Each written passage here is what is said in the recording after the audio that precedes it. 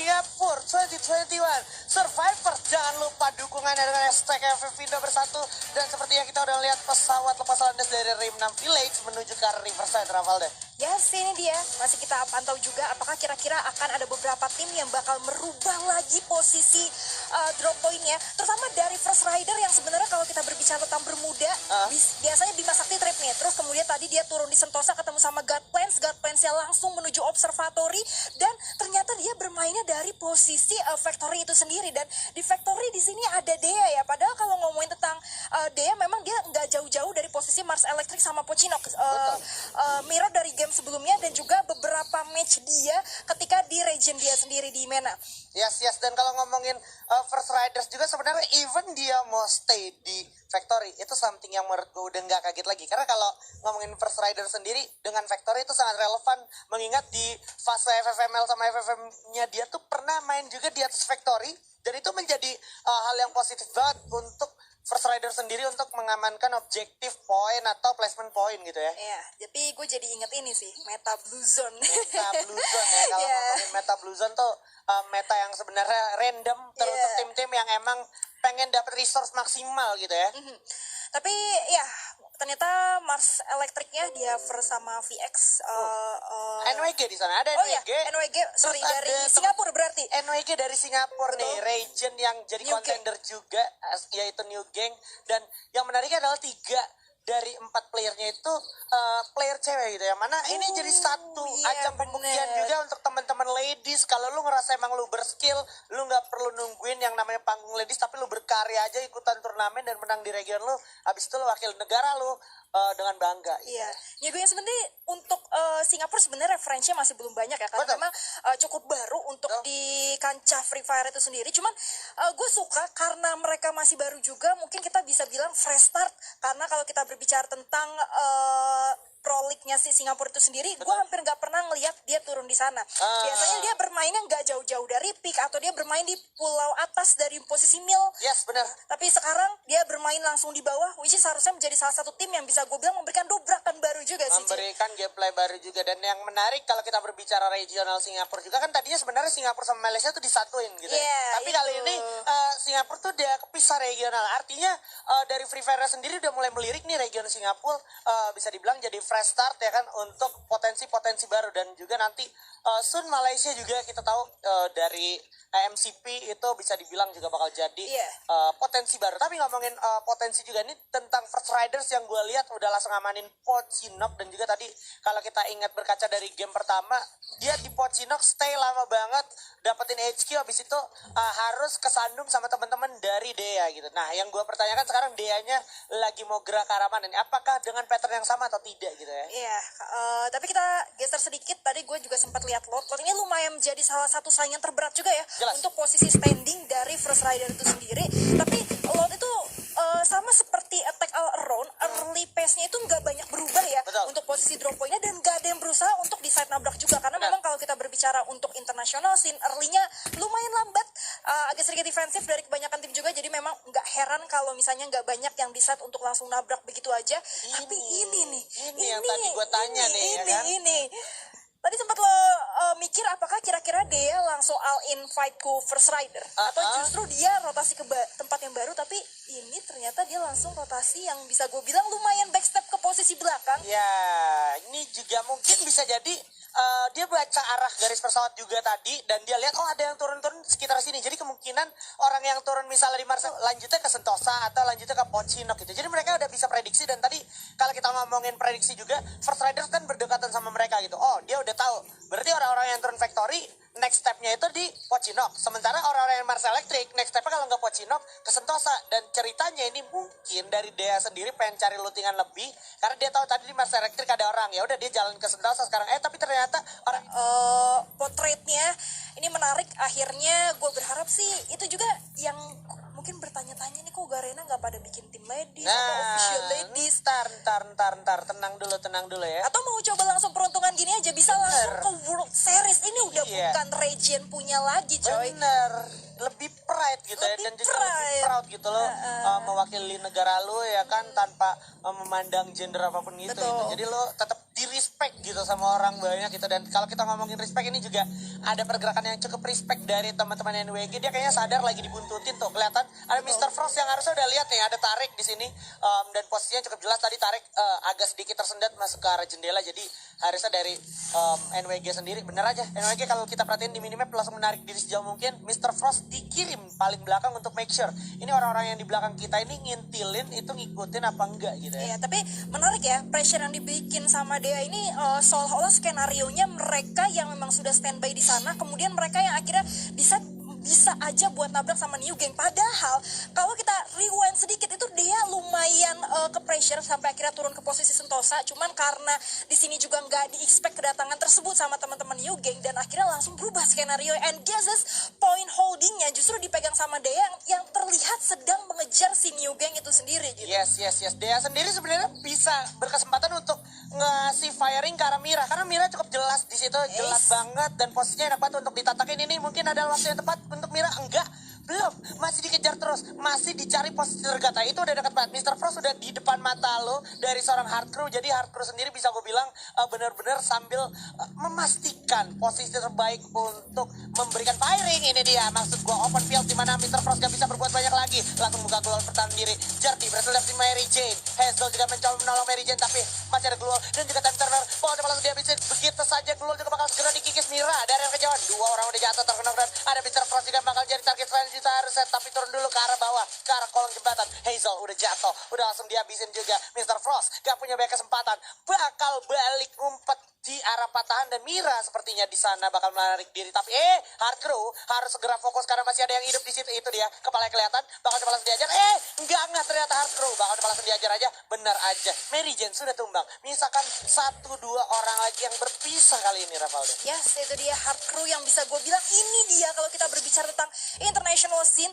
Kalau misalnya mungkin beberapa player dari Indonesia setelah ngeliat kayak gitu langsung open fire, tapi lu lihat gak sih seberapa lamanya dia nahan, seberapa banyak step yang dibiarkan oleh teman-teman sama teman-teman Dea terhadap New Gang di depan yang menurut gue untung gak untung sih, karena kalau misalnya dia bisa nge-M dari tadi mungkin bisa aja orang yang jatuh ke bawah tadi itu dapat masuk ke point kill dia, terus gak menyisakan satu orang yang berhasil kabur nyebrang ya. Oh, menarik. Satu granat memakan 2 korban, Janito dan juga 1 orang lagi. Masih bakal segera dilemparin terus. Ini nih kekuatan Alvaro dan juga Biston si monyet gitu kan. Langsung menumbangkan 2 orang dari Faiksi Horror dan juga di arah atas, di arah pick itu ada HQ Esports. Di belakang ada First Riders yang udah mengamankan area patahan di sana, Ravalda. Yes, itu dia posisi yang udah lumayan ke sandwich dan yang tadinya dia pengen langsung ngeres tapi ternyata nggak jadi. Dia bener-bener round putar sedikit ke arah belakang dan itu memberikan dia space untuk mikir sejenak, ngambil keputusan kemana, baru habis itu kita decide ke arah mana. Karena ini udah bermain di pick, kita tahu udah apalagi udah menuju zona kedua, beberapa tim juga udah masuk ke rotasi kedua sampai dengan rotasi ketiga dan harusnya mereka udah expect gak cuman ada satu tim yang mereka lawan gitu di arah depan, pasti bisa aja mereka di snipe dari belakang dan itu yang bikin akhirnya sekali lagi even though udah ada beberapa firing dibuka tapi temponya tetap lambat. Yes, temponya tetap lambat dan pada akhirnya kalau boleh gue bilang di sini teman-teman yang ada di rumah beton itu akhirnya bakalan minim banget visionnya. Kenapa? Karena dia lebih mementingin untuk kita save resource sebisa mungkin sampai ke fase selanjutnya atau fase mid sampai late game. Karena apa? Karena kalau seandainya lu buang resource di menit sekarang nggak wise banget. Lu kelar dari rumah beton ini mau kemana lagi? Lu udah bukan waktunya looting lagi gitu. Ya, itu dia.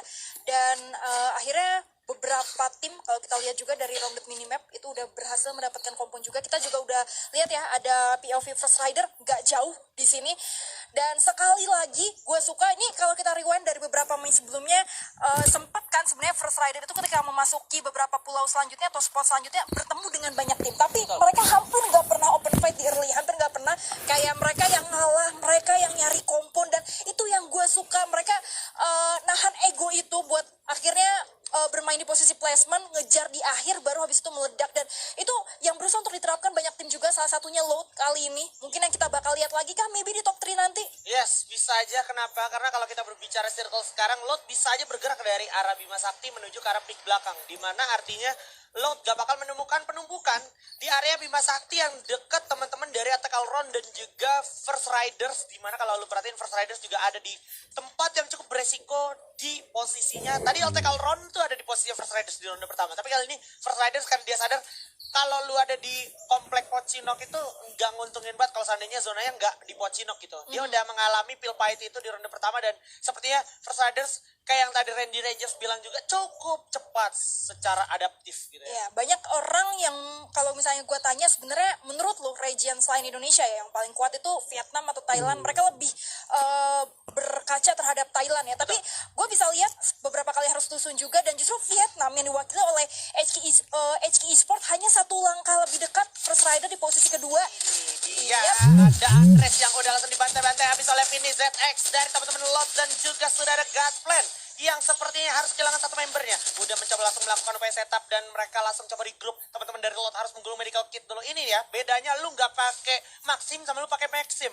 Lu ngegulung lambat ya. itu ngegulung medkit tuh lambat ya. Yang Terasa banget. Kalau mau diras tuh agak-agak sulit gitu. Untungnya di sini kedua tim ini sama-sama punya playstyle yang memang secara fight lambat. Iya. Nah, kalau ketemu kayak model Thailand, kayak model Vietnam, Indonesia, ini lo ajar. habis sih, dihajar habis sih, nggak dikasih ngedelay. Dan sekarang lo bisa lihat Ninja setengah darahnya hilang, ada lemparan granat juga masih mengandalkan dengan ledakan yang dimiliki oleh Alvaro. Awas, ledakannya bakal berbahaya banget, itu dia, gede banget. Ada glual yang udah terkikis, sesaat lagi bakal hancur juga. Bakal coba di backstep oleh seorang Will, tapi Ninja sadar dari samping kanan udah yang coba melakukan apa ya backstep dan langsung coba dikejar juga. Ada Omar di depan mencoba mendobrak glual yang ada tapi nggak ada orang sama sekali dan sekarang Will juga harus mencari lagi sisanya di mana itu dia. Ninja udah ke-track posisinya, coba tatakin dulu sedikit, coba memberikan space, buka double vector udah aktif, langsung dapat satu orang Ninja di sana dan langsung digerus aja di end kali kasih ampun, menyisakan Karma di area depan dengan baretanya dan langsung lu lihat setup yang dimiliki oleh Load itu langsung